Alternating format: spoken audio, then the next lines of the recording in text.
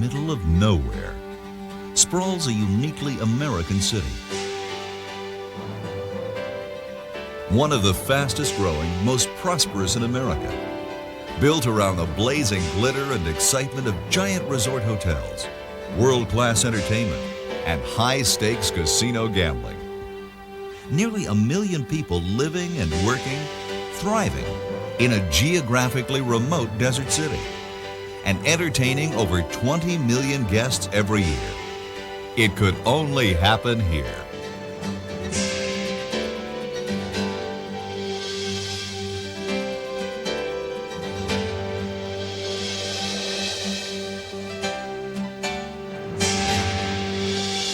Las Vegas is a whole different world. Everything here is extremely extravagant. Actually, for a New Englander, it's kind of weird. I left my girlfriend home, brought my mother. I figured it'd be a little cheaper. I like the lights, I like the people, I like the glamour. Every month, more than 5,000 people relocate to Las Vegas and surrounding Clark County, Nevada. Major companies are moving in. Hundreds of small companies start up every year. The city's cultural life is rich and varied.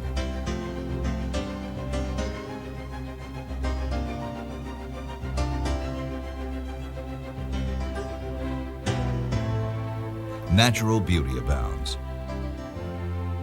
And recreationally, there's just about every outdoor activity under the sun. But most of all, people the world over come to the entertainment capital of America for the fun, thrills, and non-stop action of casino gambling. It's arguably the hottest, most exciting playground on the planet. How did Las Vegas evolve from a sun-parched road stop in the barren Nevada desert? What makes it the uniquely American success story it is today? And what is its future? The Nevada Museum and Historical Society seems a logical place to begin answering these questions. Historically, since about 1000 AD, the area has been a hunting and gathering range for the southern Paiute people. Las Vegas is a Spanish word which actually means meadow. And in fact, in the middle of this desert, Las Vegas Valley, there were actually several springs, gushing springs, that created a sort of narrow, winding creek that terminated in a large meadow area. And it was an area that was used seasonally by southern Paiute peoples and others that lived in the area at the time.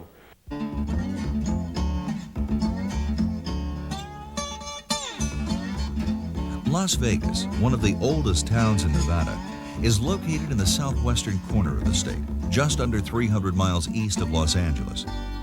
The first mention of the area came in 1829 as a caravan of traders on the Spanish Trail, the main route through the region to California, reported camping in a spring-fed meadow. But the first real attention came to this grassy oasis not far from the Colorado River in 1844, when the Western pathfinder John C. Fremont formally recorded the name Las Vegas in his best-selling report of his travels. In 1855, Mormon missionaries to the Paiute Indians tried their hand at farming here. They established this adobe fort and trading post to serve travelers on the trail. But their efforts failed, and 2 years later, they were called home to Utah. The area's first permanent settler, Octavius Decatur Gass, added on to the Mormon fort, and in 1865, he homesteaded 640 acres of meadowland to create Las Vegas Ranch. The ranch changed hands twice again before the Salt Lake to Los Angeles Railroad arrived in 1905. With the railroad came the land speculators, developers, gamblers, and visionaries. In May of that year, over 1,000 investors assembled to bid for lots along Fremont Street, and the town site of Las Vegas was born. Growth proceeded at a measured pace until 1928, when Congress approved the Boulder Canyon Project Act, bringing thousands of workers for the most ambitious dam building project of the time, Boulder Dam.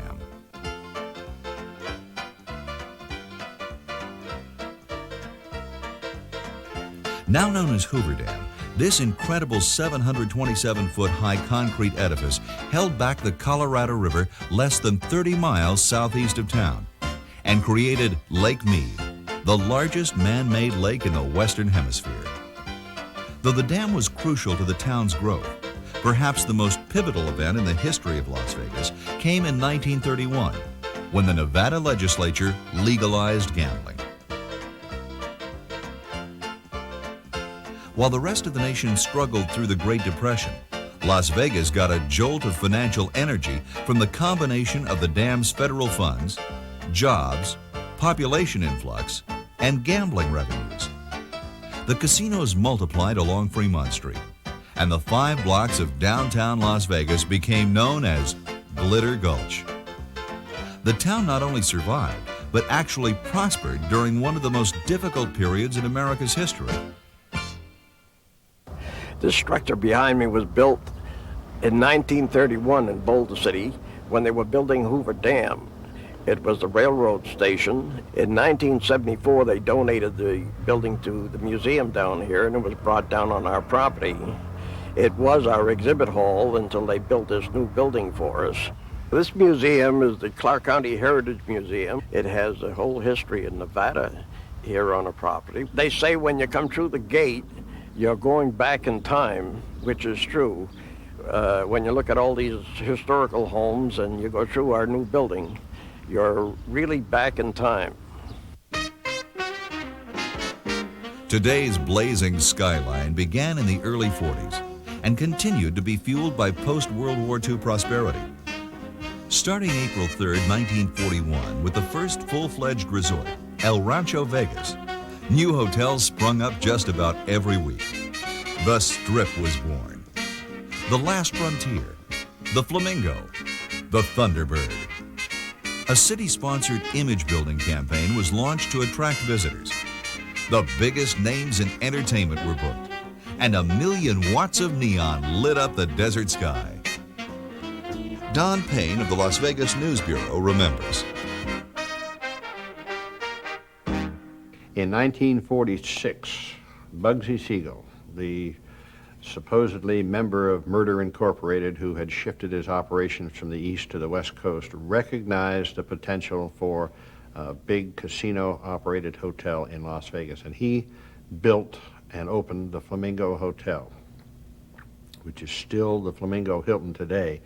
But that was the first of what we called, in those days, the carpet joints, in that they had carpeting on the floor in the casino. The rest of them had sawdust or bare wood or something like that. This was a carpet joint, and this was a highly respected and a novel step for Las Vegas hotels.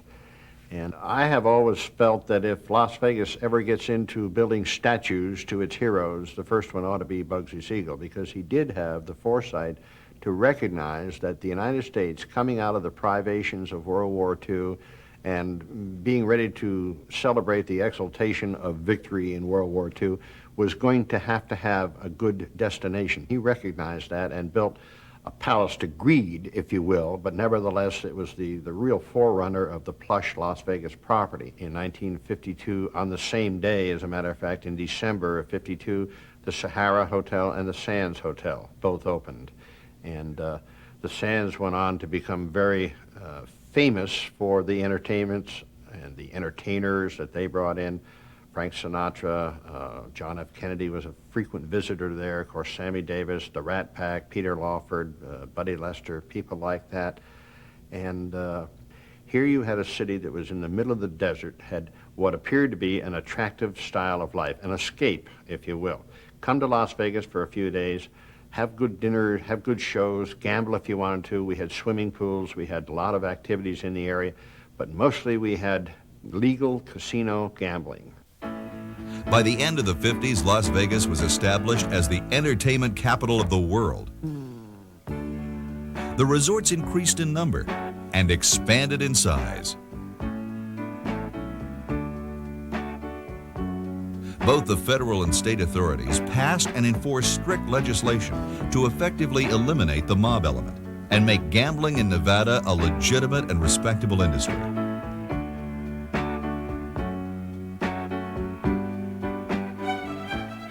Enter Howard Hughes. In 1966, this eccentric millionaire came to town, secluded himself in a suite of rooms, and began buying up resorts along the Strip. Hughes Summa Corporation was one of the first to put that legitimate business face on the gambling industry, opening the doors to large publicly owned corporations. And big business it is. Recording over $10 billion yearly in resort and gaming revenues. I'm not real sure of the history of Las Vegas, but I would think that it all started here. Fremont Street, at the heart of what is today called Downtown Center, has given up much of its Old West flavor, but it's still undeniably Glitter Gulch. It's the world's largest open-air mall of gambling casinos.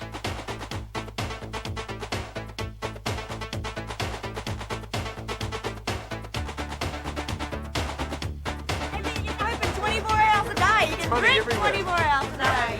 Right. But it's usually pretty exciting, anywhere from after sundown to sunrise. Casino Center is the new name for downtown Las Vegas. But round the clock, it's the same old games. Blackjack, roulette, craps, poker, and lots of slots.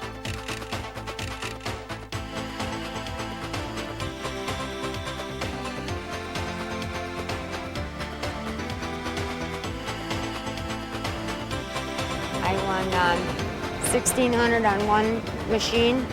I won $2,500 on another one. And having a good time. Haven't won anything yet. I won $600 on one, and then I hit two other ones for $960. Each hotel has its own special flair. And it would be difficult to find a more eclectic mix of styles and decor. Downtown has a very special flavor all its own. A kind of raucous New Year's Eve party every night, all night. Illuminated by hundreds of miles of neon tubing and millions of light bulbs. Stan Forrest of the Young Electric Sign Company shed some light on the subject. The principle of glass blowing is the same now as it's always been. It's heating the glass evenly all the way around it, just let it flow by itself, just its own weight. Or blow it out.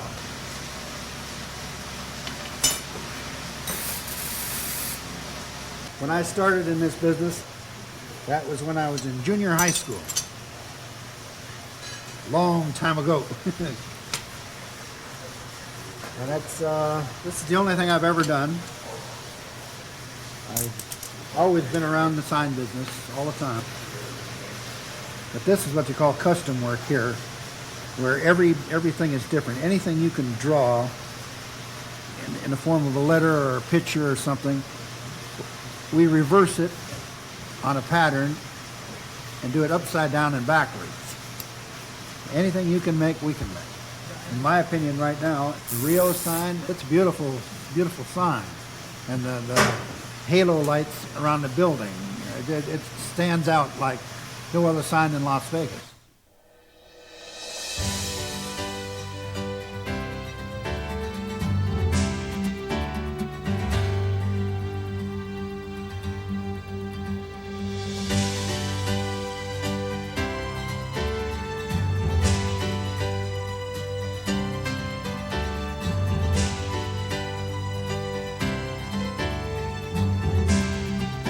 The Strip runs 3 miles south from downtown along Las Vegas Boulevard, lined with huge, luxurious, and world-famous resorts and casinos.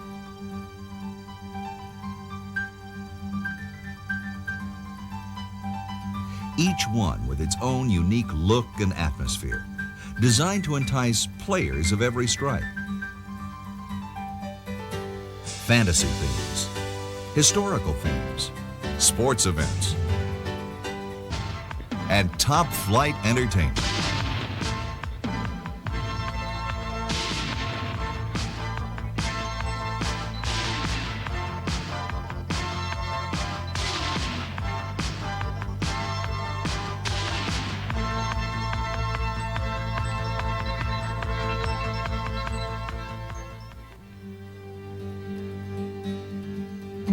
Caesar's Palace attracts an international, upscale, and with it kind of crowd.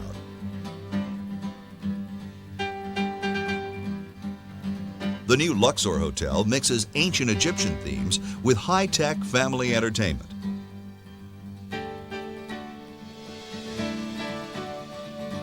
Treasure Island boasts an hourly pirate battle on Buccaneer Bay.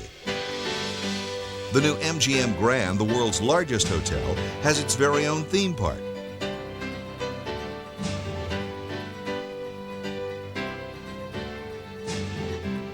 The Excalibur hints at the fanciful future of Las Vegas.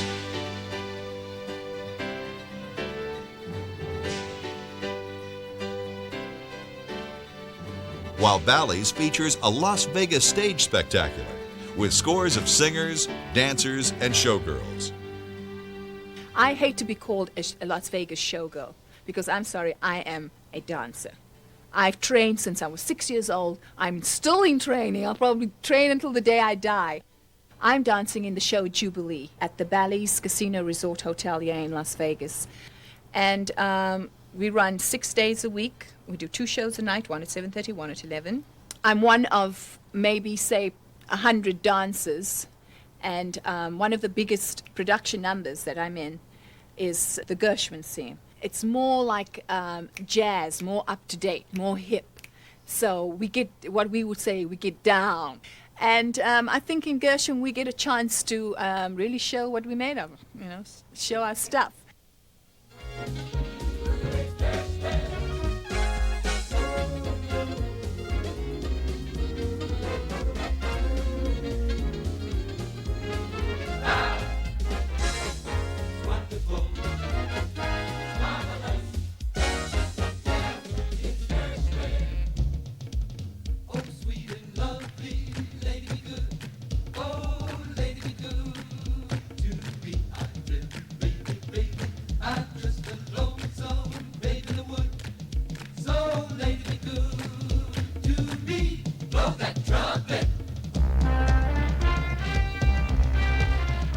When I came from South Africa, Las Vegas is supposed to be the entertainment city of the world. And I mean, I was this little girl from the small town of Kimberley, South Africa, and I came over to Vegas and I managed to get into a big show. Because for us, back home, to come to Vegas was the thing.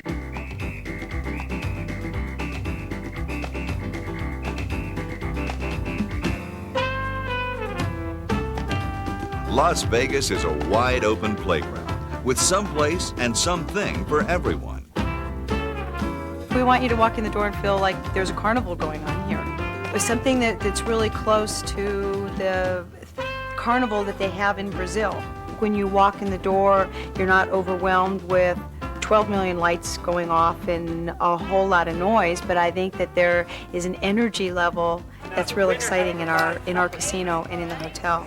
Our dealers have on very colorful flowered shirts and they don't have ties on. It's a casual atmosphere.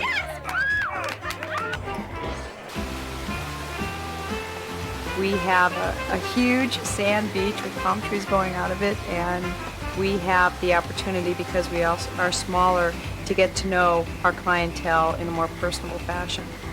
It's nice to be able to walk in and have someone go, "Gee, Warren, it's really nice to see you again." I'm the gaming instructor here in the hotel, and it's my responsibility to teach people how to gamble. Tough job, huh? I love this job. We just introduced 3 new games into the hotel. One is called Super Pan 9, the other one is called Pai Gow Poker, and the last one is called Pai Gow. And you have to be Chinese and you got to be 1,000 years old to understand this game. I went to learn some craps today. I don't know, I spent a half hour learning craps and I'm more confused than before I know about it.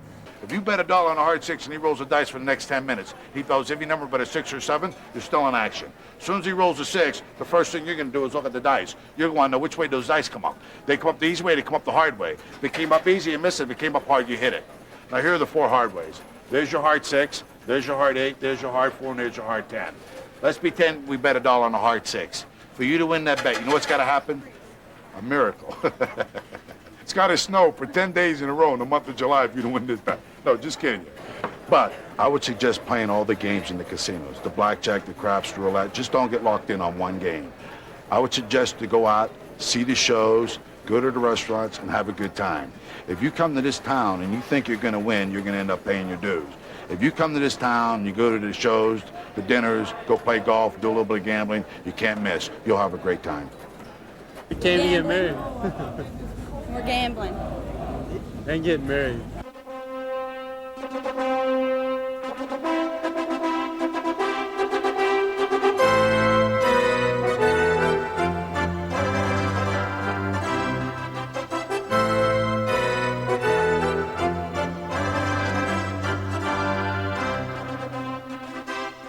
And do you now pledge to love, honor, cherish, and tenderly care for her from this day forth?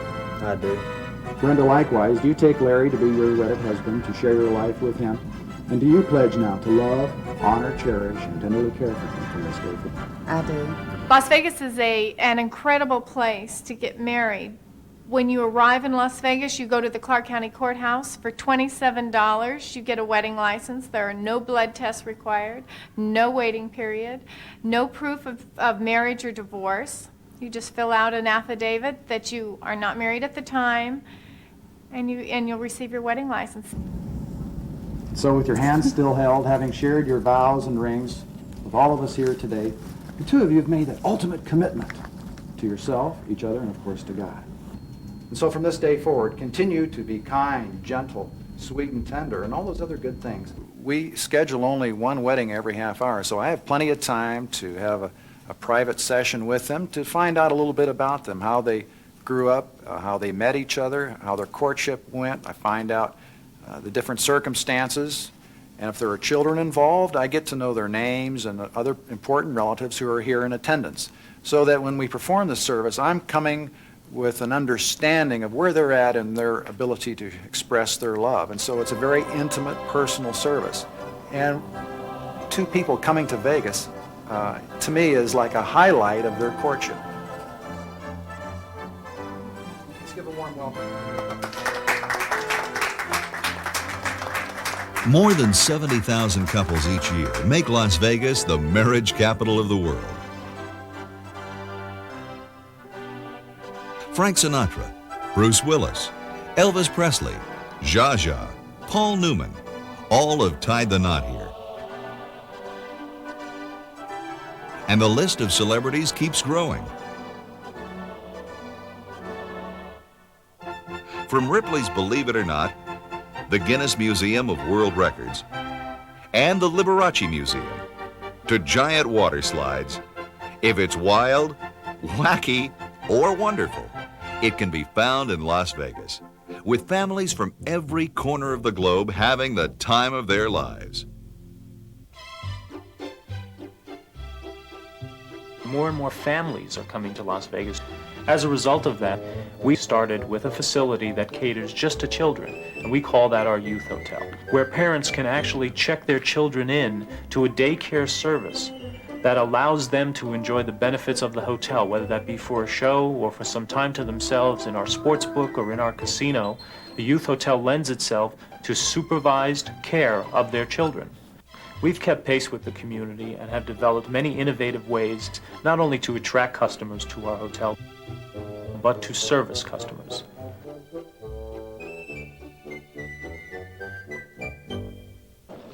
Yes, more and more families are coming to Las Vegas. Well, it seems to me that they're trying to make it more family-oriented with the theme park here, as well as Circus having their Adventure Dome and Excalibur with their games. They're trying to make it so the families can come and the children have something to do as well.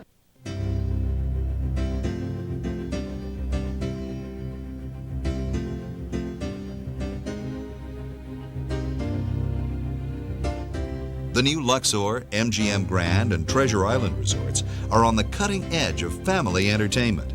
And the new resorts are fun for everyone. Yes, not only is Las Vegas an adult playground, but it's fun for the kids too.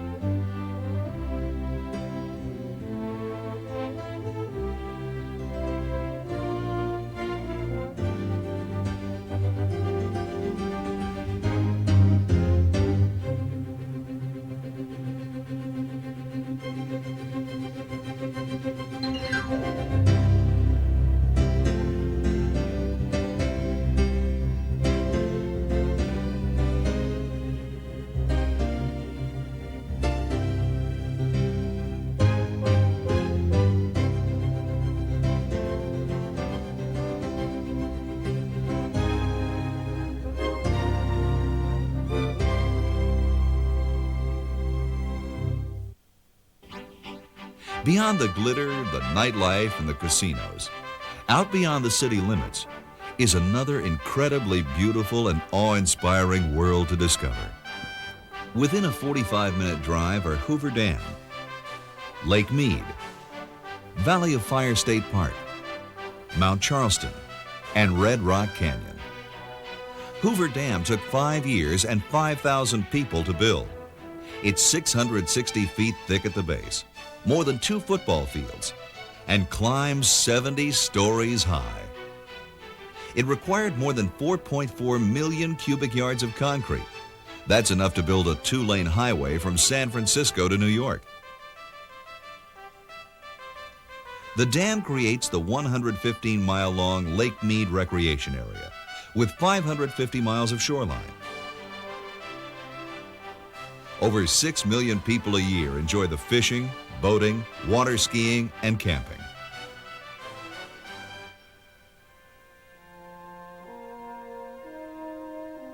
"50 miles northwest of Las Vegas, the Earth's geology is peeled back and revealed in full color at the Valley of Fire State Park. 600 million years ago, this section of the Mojave Desert was a sea, hundreds of feet deep. Titanic shifts of the Earth's crust and enormous thermal thrusts saw the seafloor rise into limestone-covered muddy sand and then dry 140 million years ago into a vast sandy desert. Today, the wind and water-sculpted layers of rock and heavily oxidized minerals range in color from lavender to tangerine to bright blazing red.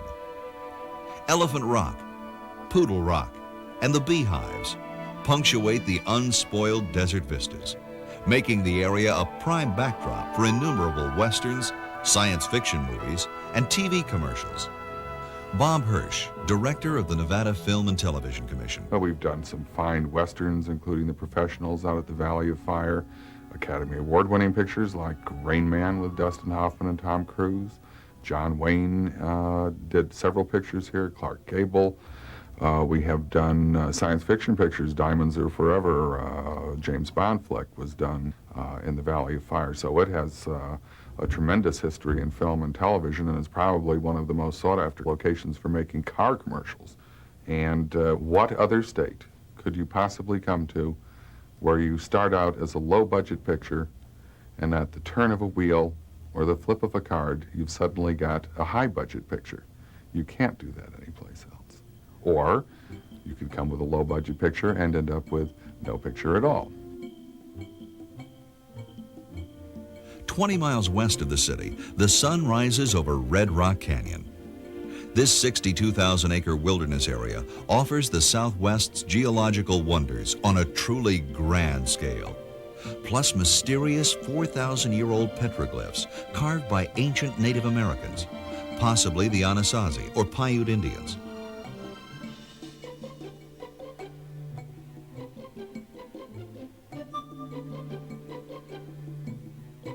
The park is a fun place to wander and explore, with both your eyes and ears.